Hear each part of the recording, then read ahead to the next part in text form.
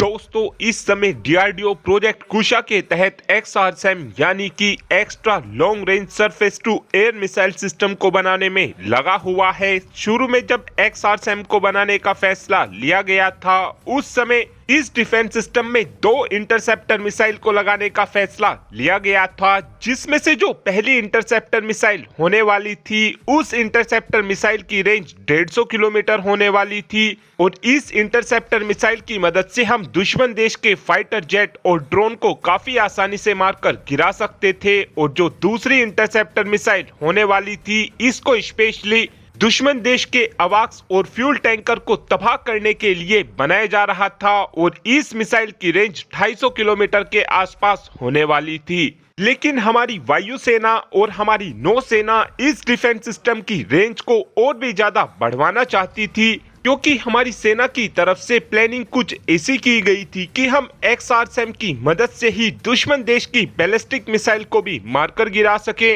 और हमारी सेना की इसी जरूरत को देखते हुए डीआरडीओ ने XRSAM में अब एक और इंटरसेप्टर मिसाइल को लगाने का फैसला लिया है और इस तीसरी इंटरसेप्टर मिसाइल की रेंज 350 किलोमीटर होने वाली है। XRSAM में जो पहली इंटरसेप्टर मिसाइल लगी होगी जिसकी रेंज 150 किलोमीटर होगी, इसी मिसाइल के अंदर हम एक और बूस्टर को लगा देंगे, जिसके बाद हमारी इस मिसाइल की रेंज 250 किलोमीटर हो जाएगी और इस 250 किलोमीटर रेंज वाली मिसाइल के अंदर एक और बूस्टर का इस्तेमाल किया जाएगा, जिसके बाद इस मिसाइल की रेंज 350 किलोमीटर हो जाएगी।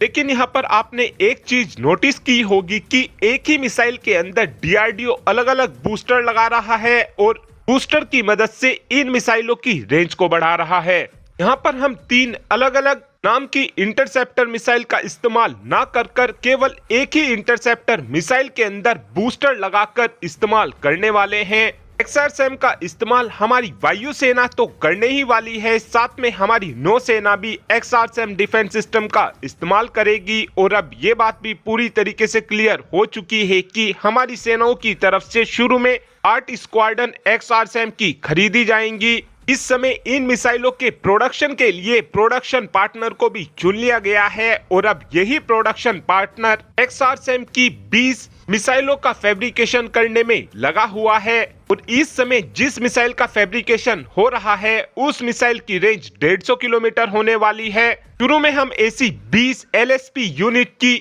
XRSAM की मिसाइल को बनाने वाले हैं और इन 20 मिसाइल की मदद से ही हम अपने परीक्षणों को पूरा करने वाले हैं। और जब पहली मिसाइल का सफल परीक्षण हो जाएगा उसके बाद पहली मिसाइल के अंदर एक बूस्टर को लगाया जाएगा, जिसके बाद उस मिसाइल का भी परीक्षण किया जाएगा और उसके बाद इस दूसरी मिसाइल में एक और बूस्टर का इस्तेमाल किया जाएगा, जिसके बाद तीसरी मिसाइल का भी परीक्षण किया जाएगा जिसकी रेंज 350 किलोमीटर होगी। और उम्मीद इस बात की जा रही है कि आने वाले कुछ ही महीनों के अंदर अंदर डीआरडीओ की तरफ से अपनी पहली इंटरसेप्टर मिसाइल का परीक्षण किया जाएगा।